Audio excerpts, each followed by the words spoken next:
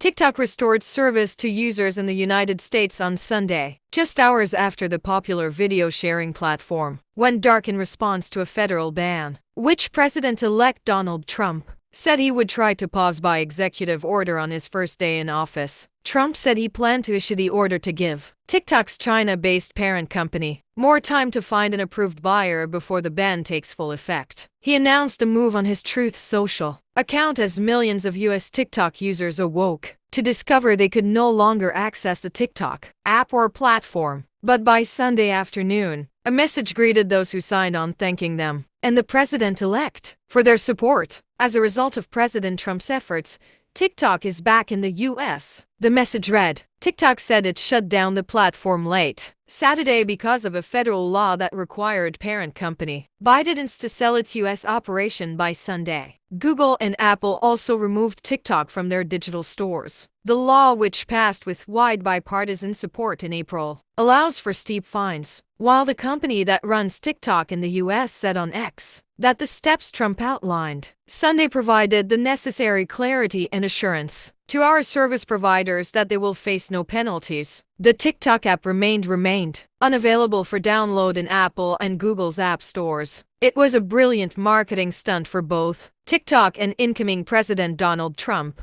Jasmine Enberg, an analyst with market research firm eMarketer, said, by abruptly shutting off service, TikTok proved how unpopular the ban was among its users.